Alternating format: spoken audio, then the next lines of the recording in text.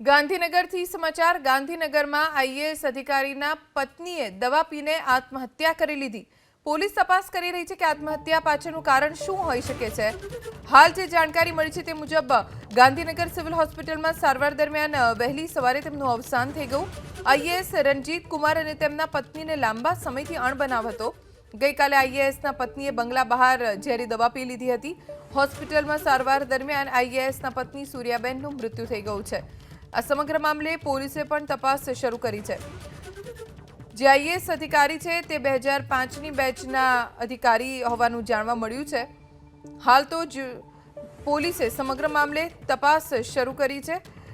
પોલીસે જાણવાનો પ્રયત્ન કરી રહ્યું છે કે આખરે કયા કારણોસર આઈએએસના પત્નીએ આત્મહત્યા કરી। અમારા સંવાદદાતા વિપુલ બાલધા પાસેથી જાણકારી પ્રાપ્ત કરીએ। વિપુલ, જાણવા મળ્યું છે કે આઈએએસના પત્નીએ આત્મહત્યા પહેલા કોઈ સુસાઇડ નોટ લખી હોય જેનાથી ખબર પડે કે આત્મહત્યાનું કારણ શું છે।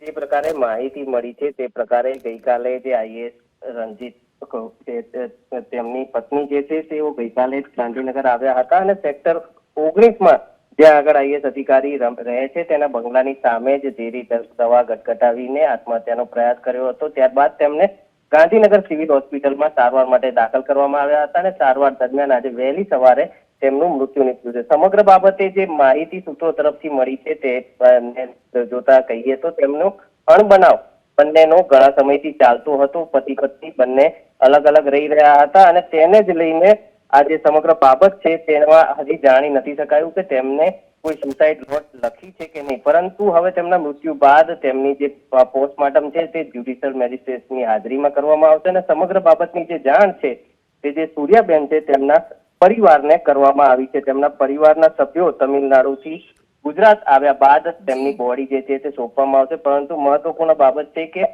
પત્નીનું મૃત્યુ થવા છતાં પણ જે આઈએએસ અધિકારી છે રણજીત કુમાર તેઓ હજી સુધી પોસ્ટમોર્ટમ રૂમ ખાતે જોવા નથી મળ્યા। પરંતુ સમગ્ર મામલે હાલ પોલીસ અટકાવવા માંગીશ।